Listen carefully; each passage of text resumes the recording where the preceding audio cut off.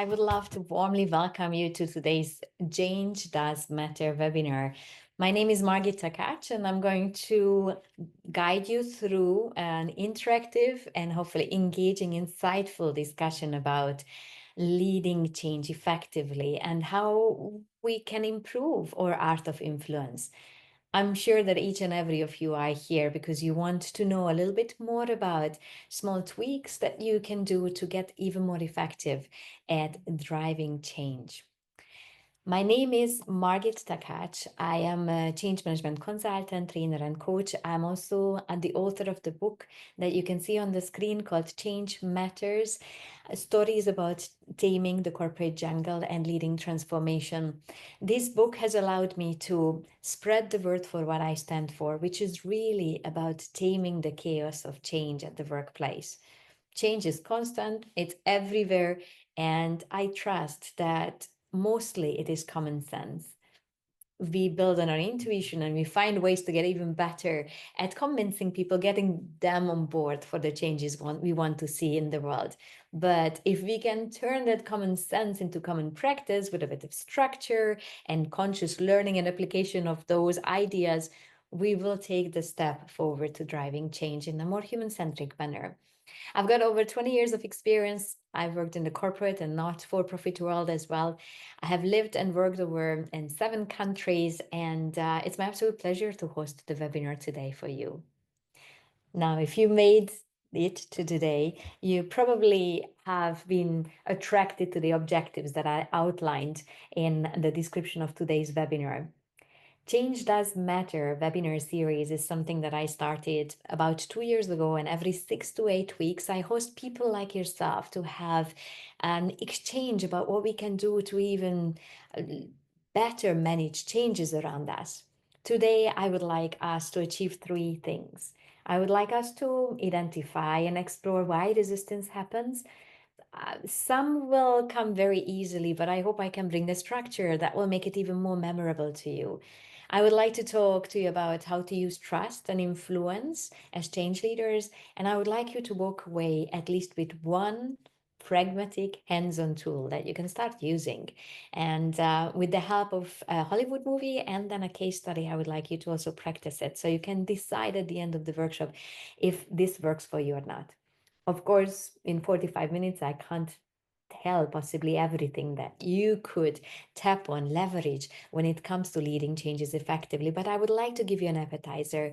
And should you like what I'm presenting, I will also tell you how we might be able to collaborate moving forward. So let me start with a couple of statistics, just 2 of them. And I would love to invite you to write into the chat. This is statistic that I found in a report from Gartner that said 74% of employees were willing to support organizational change in 2016, 9 years ago. But based on this research, what is the percentage of the people who say it the same in a few years later? 2022 is the latest data I could find. Do you think it's 58%, 45, or 38% of those people? Please write into the chat. Fantastic. I see 38 coming from Diana. Sabrina says 58% of the people hopefully say that they are still willing to support change. As I'm waiting for more responses, let's just think for a moment what happened between 2016 and 2022. COVID, change fatigue, exhaustion. But indeed, so I see more 58s coming as well in. I see a few more comments in the private chat. Feel free to share it in the comment chat. The result is actually 38%, which is rather shocking, not just because of the drop from 74 to 38, which is like half of the people were saying to the leaders within their organizations, we are willing to be part of the change, we're willing to contribute, but also because it means that 2 out of 3 people, approximately 38% said yes. The rest, 2 out of 3 people said, no, we don't want to do anything with it. We're just until here with change. That's the reason why it's so important to take a little time out and see what can we do even better when it comes to getting people on board for the changes. The second research statistic, also from the same report, was looking at the percentage of people who experience above average change fatigue and want to stay in the organization. In the past, in 2016, it was 74% of the people who said, even though we know we have to manage a lot of changes and it's very demanding, well, a different and lower number of people responded to the same statement question positively. Please write into the chat. Do you think it's 43, 53, or 63% of the people who said it's okay? We know we're living in a fast changing world. I see comments coming in, such as 43% of the people, 43. And I see more 43 and 63 as well, a bit of a positive outlook. Well, if you're interested in diving deep into this research, the URL on the screen will be shared with you later, and you can. But indeed, the response is 43, a huge drop again. Again, let's remember, it was kind of post-COVID time. We were in a way still in it in 2022. But it is a really eye-opening fact that's worth reflecting on for a moment, because if people don't want to stay with their organization, they rock the boat and jump to another boat. What kind of chances do we have to get things effectively done at the workplace? That's the reason why I wanted to dedicate today 45 minutes to look into what is it that we can do to get more people engaged, more people wanting to be part of the projects ahead of us. Thank you for sharing those comments. Now, what is the shift that we need?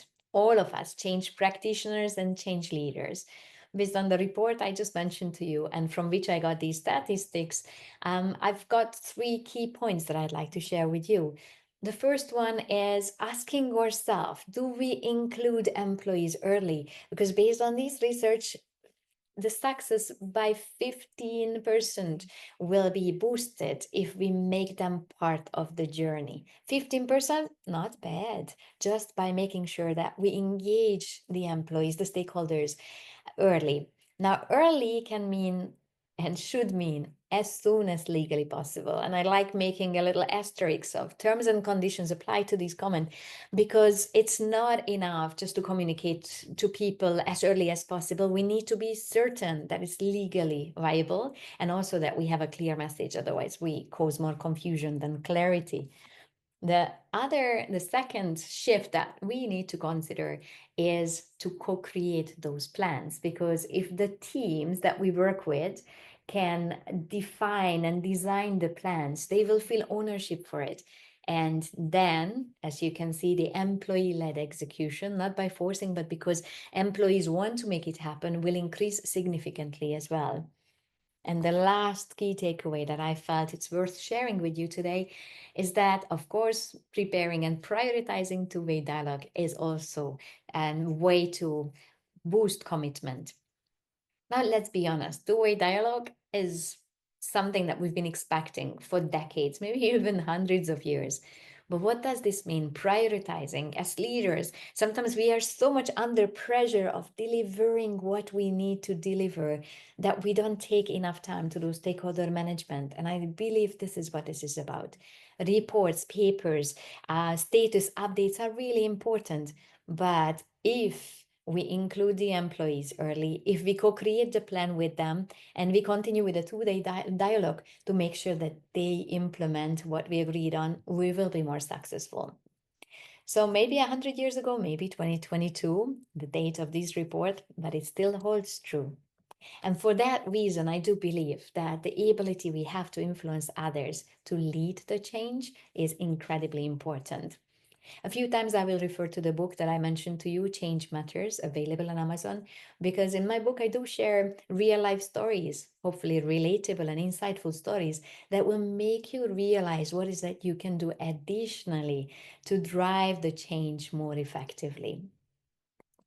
So, psychology of influence and change. We often talk about this, the simplified way of interpreting by psychological methods in our Change Does Matter webinars. But for a moment, let's just try to demystify what it is about. Many of you probably have heard this expression before, psychological safety. In the fast changing world, the ability to feel secure, stable, and embrace what's coming at us is super important. But when it comes to feeling at peace, to be able to share our thoughts, even doubts and counter arguments, we need to feel that we are not at jeopardy of suffering the consequences of that. And very often, when it comes to resistance, there are visible signs of resistance, but also things that we cannot see. They are invisible, yet they are there and they influence our ability to really bring a change to fruition. For that reason, I'd like to talk to you for a moment about the so-called scarf model. Scarf, beautiful little piece of garment that hopefully we'll remember very well whilst I'm explaining this. David Rock identified this for the first time, and in the world of change management, it's fairly well known. So, in order to make sure that we are all on the same page, I would like to explain to you what they are about. So, S in SCARF stands for status. We all want to feel valued. And if a change threatens our role or expertise, we push back. It's a bit like saving face. For example, senior expert resist the new system because it reduces their unique know-how, what they felt that really allowed them to provide, contribute to the work of the team. That status can be a really important reason for people to resist change. In SCARF, C stands for certainty. Uncertainty stresses out, as it's a fact. It does stresses us out. We all have an upper and lower threshold of stress, and if there are too many uncertainties, we might experience burnout.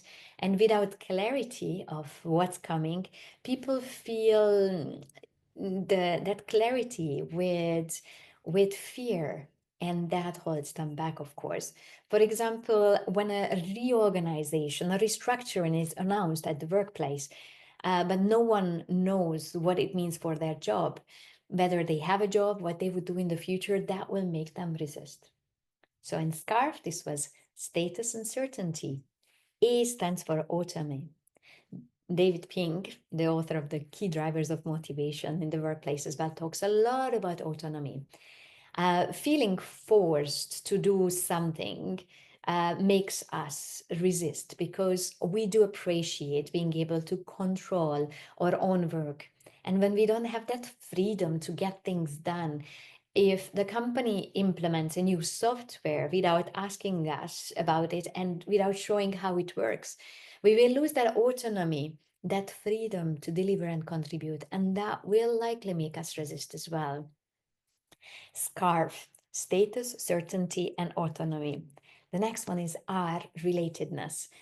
Just think about the human need to feel connected. This driver is exactly about that.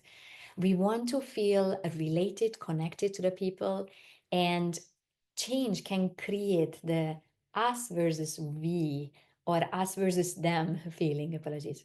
That divide can cause really important issues moving forward, us versus them. For example, mergers split teams apart, weakening the trust and the collaboration. People will not appreciate it, and that uncertainty, that wobbling phase is something that they will resist. And last but not least, in SCARF, status, certainty, autonomy, and relatedness, the last one is F for fairness. Unfair treatments cause resentments. If people feel they are left out, they will likely disengage.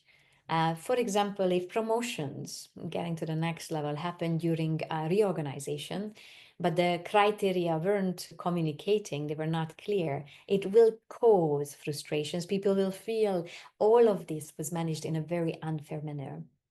I'd like to invite you to write into the chat which SCAR factors do you see most in your teams? Maybe you work within an organization, you have a small team or a bigger team, but what do you think? Which SCAR factors might surface the most often based on your experience?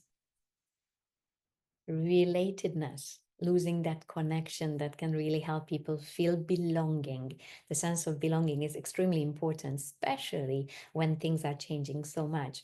Autonomy, certainty. I mean, just think about some of the changes we have to drive and how we might not even know what the future ways of working or being need to be. That uncertainty will make people feel unclear, frustrated, and held back. It is a volatile environment, as Nick mentioned, And people are afraid of losing control, that control that I mentioned to you about autonomy as well. I know how things work. I know who to go to. When they don't have that autonomy to do with freedom what they are always have always done, that will cause resistance too. Thank you so much for the comments.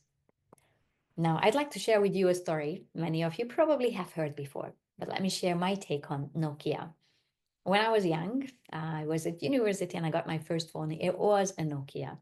As we all know, it was a market leader, owning about 50% of the market share for a certain period of years, but it did lose that market share and market position. What happened is that as the changes were coming, the smartphones were coming up, the smart tablets as well, they ignored the experts. There were some engineers at Nokia who saw the future. They knew touch screen would take over, but the leadership dismissed their proposals, their warnings, and stuck with what they were doing. They were fearing of rocking the boat and they kept the right voices from being heard. Why? Because there was a bit of a fear-based culture there that shut down innovation. And there have been lots of articles and even books written about this rather eye-opening story. Employees were afraid of challenging the leaders. They'd rather stay silent. In today's world, we often call it the silent quitting, when people physically are still there, but they don't contribute, they don't perform, they are not productive, and they don't say anything. They're still there, but silently they have quitted already. And the decisions were made to protect short-term benefits, really a short-term look, not what the future could bring. And if we innovate with some risk, but what is it that we can grow to? They refused to adapt.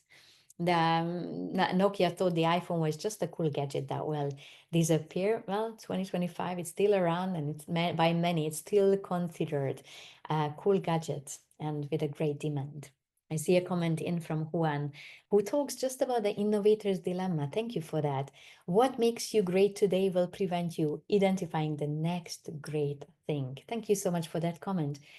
You don't have to innovate new products and services. Just think about your everyday work. If you stick to your today's practice and you don't open up to new ways of working and being even at work, it will prevent you from succeeding in the future. Now, what is it that we can learn from Nokia with this very short recap of a story of their history? That change and leading change is not about authority. It's not about the big bosses telling us what we can do. It's about the ability to influence. And for that reason, without knowing exactly how many of you are in senior leadership position, I invite you to think of not the titles that you hold at work, but the influence that you can exercise and demonstrate, do to drive the change that you would like to see. Now, I would love to ask you, if you were leading Nokia at that time, back then, what would you have done differently? Would you write into the chat? I know retrospectively it's very easy to be smart, but what is it that you learned? What is it that you would take away from this short story from the past? I see a comment coming in. I'm in a new role, still figuring out my influence. Very good. So map it out, map out the influencers map in your organization. See who it makes sense to first get on board. Jennifer says it's about being open to innovation and maybe daring to take a risk. Juan suggests experimenting with new ideas while protecting current market. Indeed, very often in my former company as well, we had an incubator. Business as usual was going on, but there was a safe space for a startup part of our business in an incubator that was given a certain budget and time frame to test the ideas to see if it can grow, and many of those did. I would have asked the expert to share their vision and how they saw it translating into reality. What an interesting comment. Just daring to ask people who might be lower in hierarchy, what is it that they could do? Thank you. Nishan shares about BlackBerry. Maybe we could even replace that picture with a BlackBerry photo to remind us that when leaders dismiss any idea, that can lead to serious consequences. Very often people say, well, psychological safety, it's a buzzword today. We need to create that environment. My question to you is how? Because if you think about that scarf I mentioned to you a moment ago, status, certainty, autonomy, relatedness, and fairness, if we can create an environment where people see what it is and they can experience it, they will less likely resist the idea of sharing a counter argument or of proposing something that has nothing to do with the current ways of working.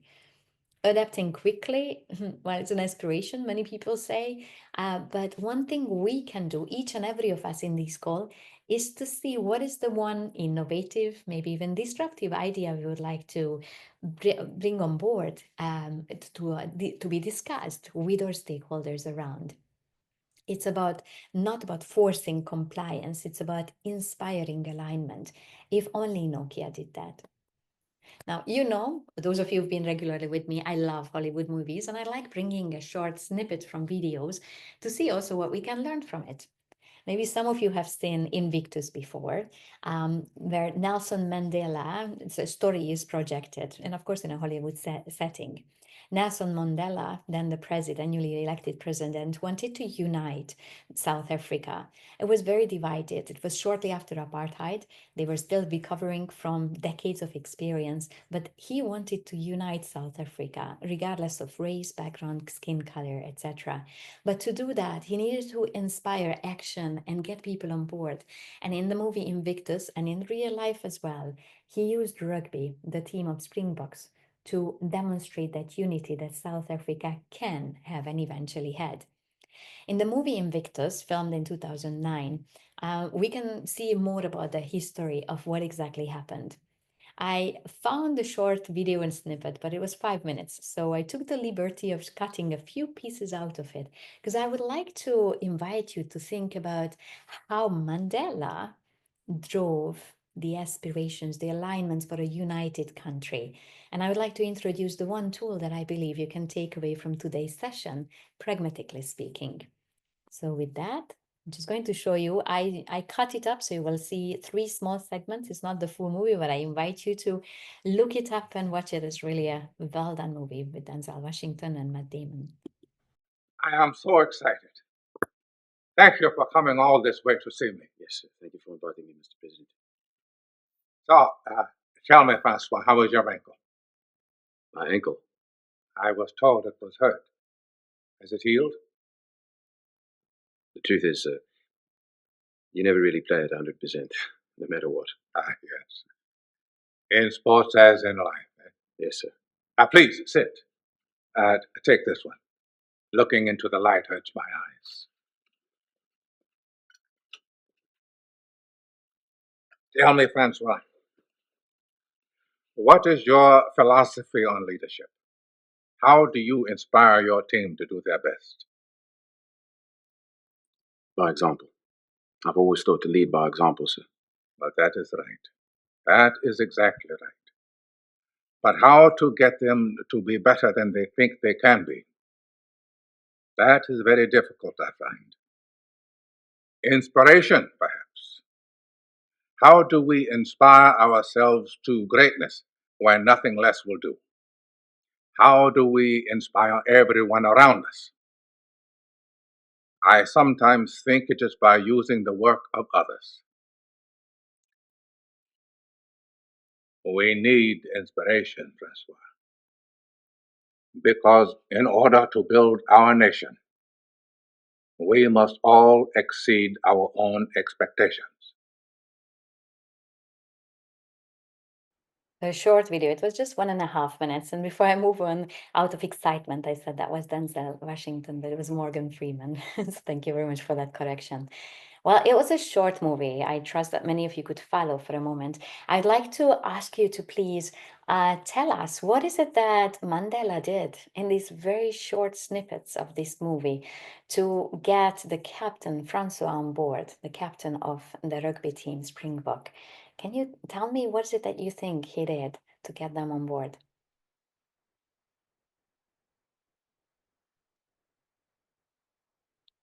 I see a comment in. It started with a chit chat. Yes, indeed. Building rapport is so important. He involved him to ask for his idea, what it means to lead, to inspire. He reframed the challenge. didn't just talk about reuniting a nation, but what he can do within the rugby team. And very importantly, he asked for his opinion.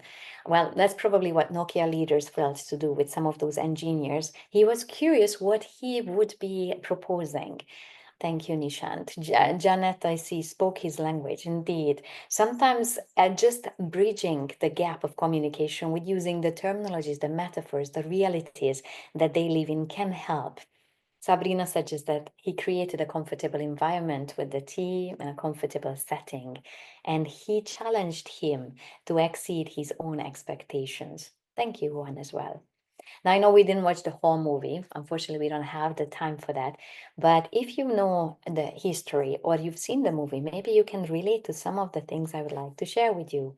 So, when it comes to leading change effectively, we could see how Mandela shows how to influence without forcing change.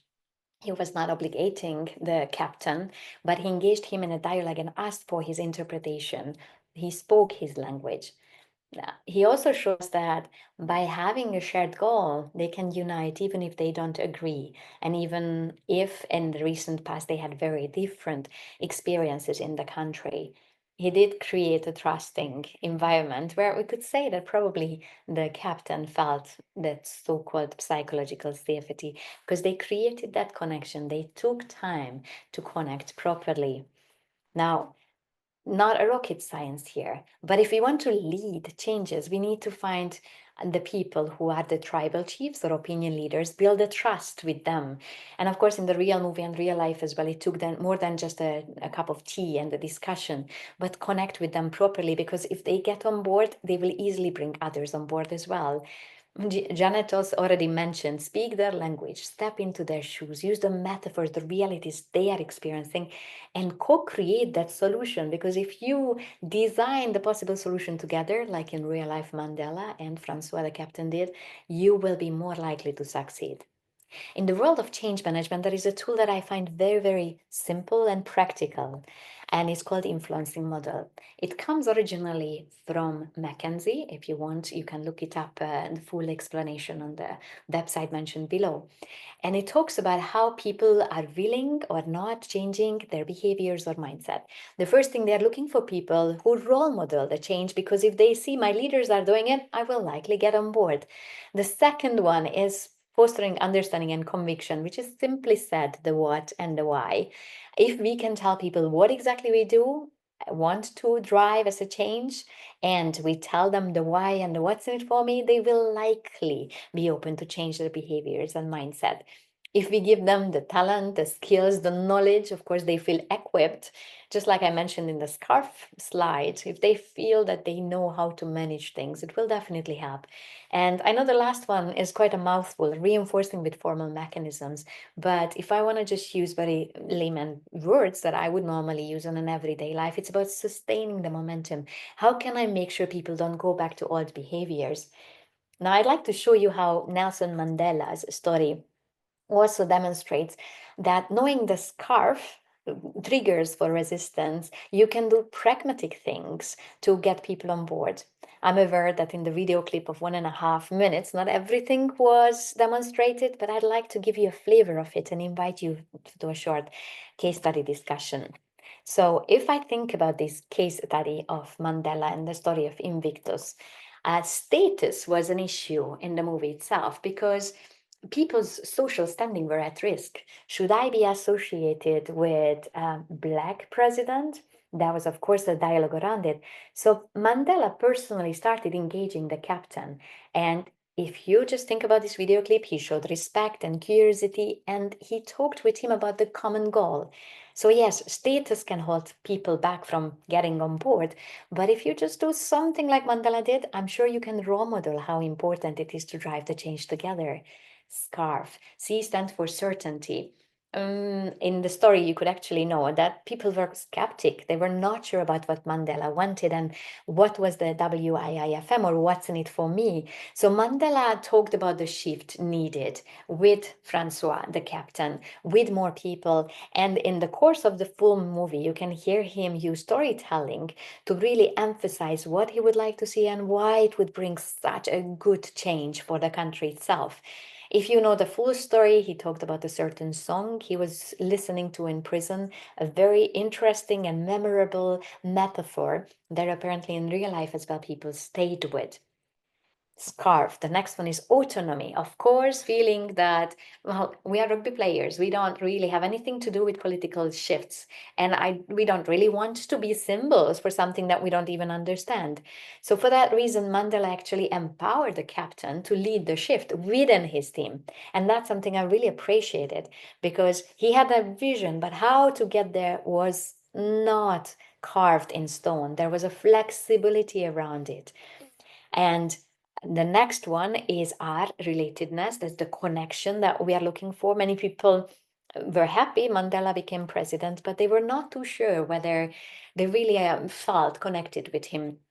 And again, if you know real life history of Mandela or have seen the movie, you probably remember he attended many rugby games. He was shaking hands with people of different backgrounds, colors, beliefs, and he was genuinely interested. Again, a beautiful example of how you and I can be strong change leaders if we role model the change. And in Scarf, I just picked one more, the fairness.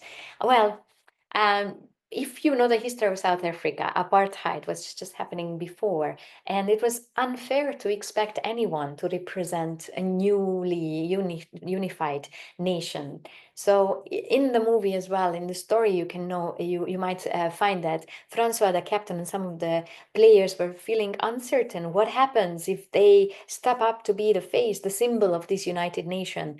And for that reason, Mandela ensured that he's going to support them, and the government is going to get the backing. One specific situation was around police catching them if they're mingling and all of that. And he said, no, I'm going to step up for it. Now, it was a playful way to show you how SCARF, the 5 triggers of possible resistance, can help us identify the root cause and really the pulse of people's feelings about the change. And how, if we want to translate or aspiration, that common sense I talked to you about, then using a framework like the influencing model can just prompt us what else to think about. Now, having seen a little bit about who is here today, I would like to invite you to a little case study. I'm going to split you up just for 5 minutes to talk about this. And in this scenario, hopefully many of you can relate to it. I would like you to meet Alex, a senior project manager with 15 years of experience. Your company is rolling out a new digital workflow system. It can be anything, but Alex is pushing back, questioning every step, resisting training session, and always talking about issues he sees.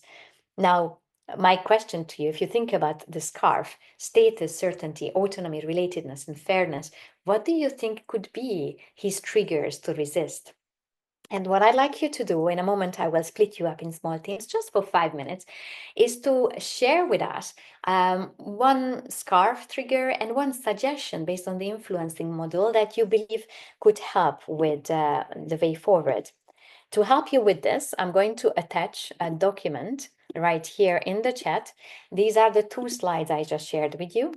And here you can see the template as well as what you see here. When you're in breakouts, you won't see it. I would like to give you this chance to connect and to tell us what is it that you would like to suggest to deal with. Oops. So in order to do that, I invite you to come into Teams. Just going to recreate the teams, 3-4 people per Teams, and for 5 minutes. And when we come back, I would like to ask you to tell us what you thought. Warm welcome back. I trust that it was a good appetizer of what you can explore when it comes to this tool and also this very simple but hopefully relatable story. Can I ask one person per group to tell us what one SCARF factor you chose and how you could use that model? So from the first team I saw Jeanette and Nishant, would you like to share with us? Yeah, sure. I think Jeanette has thus completed the task properly, so she can share. Sure. Okay, I think we just looked at status. We said Alex had about 15 years experience, so it'd be good for senior management to acknowledge his experience as a project manager and engage with him differently and to bring him on board earlier on in the process. Thank you. Thank you, Janet. Indeed, acknowledging the experience, the expertise, even giving Alex in this fictional case the chance to be the face for the change can help deal with that. Thank you. Someone else? So in our group, we were talking about all stages, actually. We all had a bit of we went through the status, the certainty, the autonomy. But something we all agreed with is that we would involve Alex from the beginning to make sure the change is really successful. And he obviously has a lot of experience and can influence the people around him. It's just involving him, asking his views, and how he can inspire people would probably help. Thank you so much. And maybe that could help with several of the scarf factors.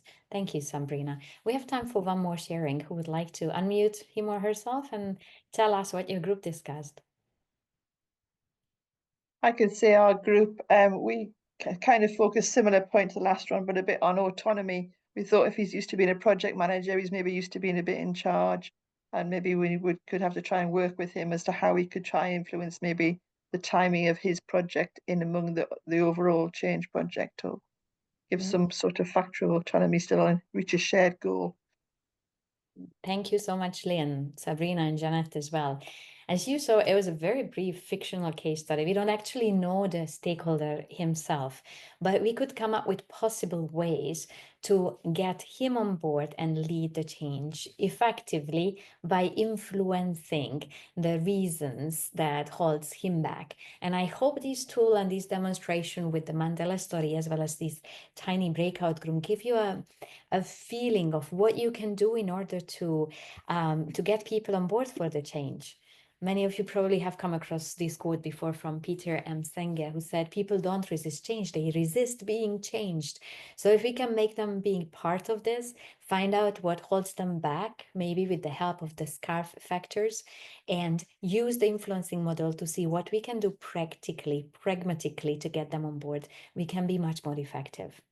Now, to recap, what is it that we did today? I would like to tell you, if you found today's session valuable, how we could continue collaborating. Because if you think about it, in every single day at work and at home, we need to shift resistance to alignment and do it with ease, maybe with consistency and with a bit of a structure. As mentioned before, change leadership, change management is common sense. But if you also can bring a structure to it, something tangible, you can turn that common sense into common practice, something that we all regularly do. For that reason, for people who are interested in diving deeper into the topic that I give you an appetizer for, I have an offering to make. There's the Change Confident Academy in 3 different languages and packages. You can find it on the link shown on the slide, as well as a QR code. We basically do something similar that you saw here. With participants of this online course, we have different cohorts who can work together to find out across 8 weeks what are the things that make us effective at managing changes. And also, I offer weekly group coaching sessions. A few people here have already been participating in it. So regardless of what the theory and best practices say, what is it that we can do to tweak our daily habits and get people on board? Now, if you want in the next 48 hours, in case you choose the elevator, the master package, you're going to get an access for some exclusive bonus, such as one-on-one coaching with me, and also hands-on support to come up with your change roadmap. Usually this is valued at 750 euros, but I do believe that just doing a course doesn't give you the value. Doing the course and think how you can apply it with some guidance from an expert like myself can help you be even better and more effective with leading change. In the program itself, the 8 weeks is structured around the 8 points that you can see here. There are weekly videos, 20-25 minutes. There are workbooks, templates you can download and use. The coaching sessions are opportunities for us to connect regularly with each other. And if today's session was relevant, interesting, and insightful, I invite you to check it out. In order for us to complete today's session, I would like to just take a moment to what is it that we put out for ourselves as expectations for today. We wanted to talk about why resistance happens, and we explored that with the help of SCARF. We looked at how using trust and influence can help us in turning resistance into alignment and onboarding of our stakeholders. And with the simple framework of the influencing model, I trust that you are walking away from today's session with one more technique tool that can help you become even more effective. Now, I do want to thank you for today's active participation and share with you the quote that Maya Angelou shared in her books and speeches regularly. She said, "I've learned that people will forget what you said, people will forget what you did, but people will never forget how you made them feel."